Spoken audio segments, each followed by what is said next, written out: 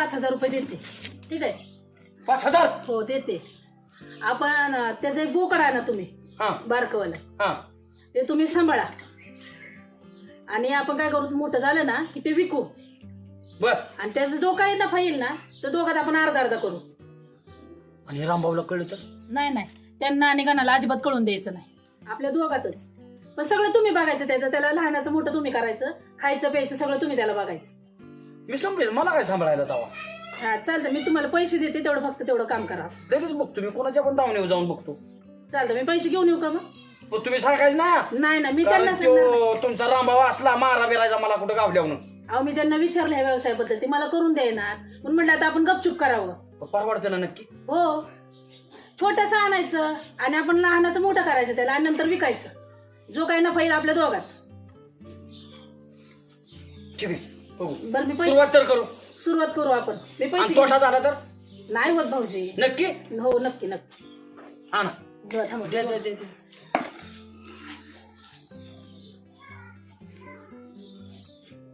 हा नुसतं नाही यायचा खेळ.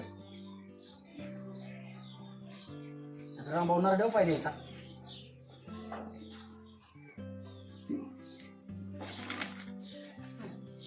किती? 5,000? हो 5,000 आहे.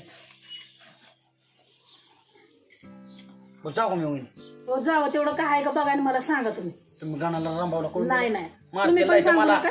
मी कोणाला सांगत नाही, तुम्ही पण सांगायचं नाही कोणाला, आपल्या दोघातच ठेवायचं. नाही जाऊ का मी? हो चालते.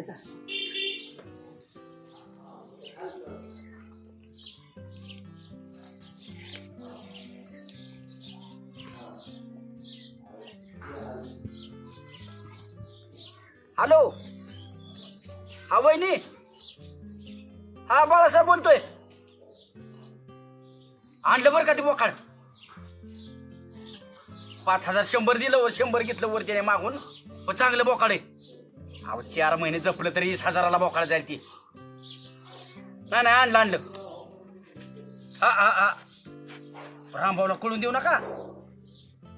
हा, आपण काय व्यवसाय करतोय ना अजिबात कोणाला सांगायचं नाही.